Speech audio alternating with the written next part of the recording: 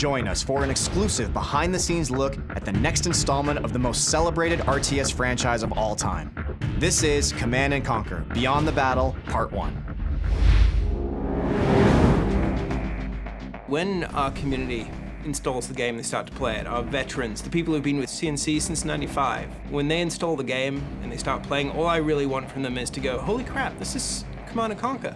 This feels like a Command & Conquer, a classic Command & Conquer game. It feels like Generals. So the core concepts in the original Command & Conquer RTS games were really about building a base, defending that base, and building an assault army that you could go attack the other base. First thing we said is we need to kind of wash the stain of CNC4 away.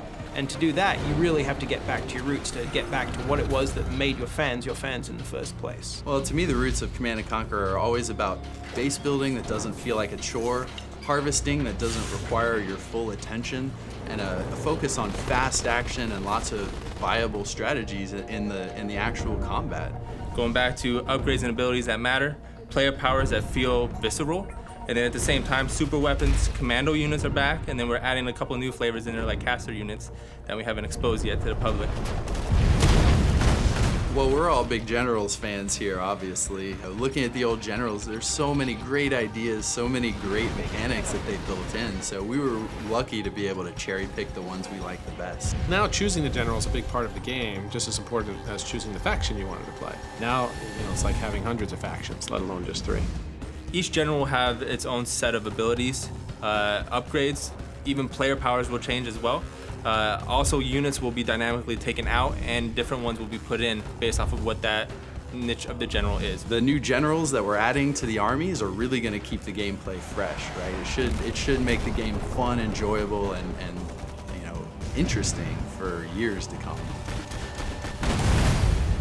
So what I really find exciting about the next Command & Conquer is that this is a product that's going to be aimed directly to consumers, going directly to consumers and appealing to them for the success of the product, but more importantly for the feedback. So fan feedback and metrics are absolutely amazing now in a connected environment.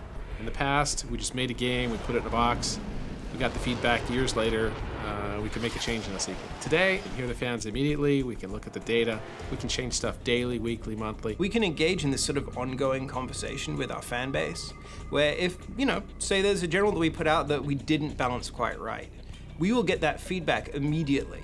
It's not like we're gonna be like, okay, well, when we do the expansion pack or a patch in 3 months, we'll fix this.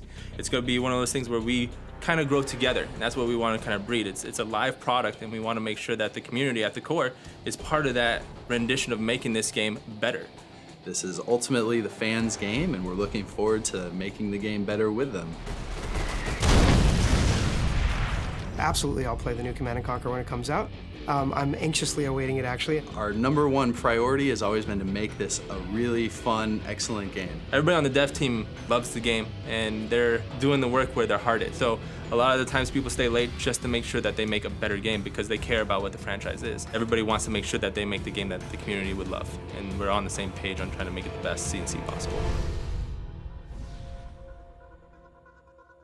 Hopefully after doing this, I'll be on the beta, right guys?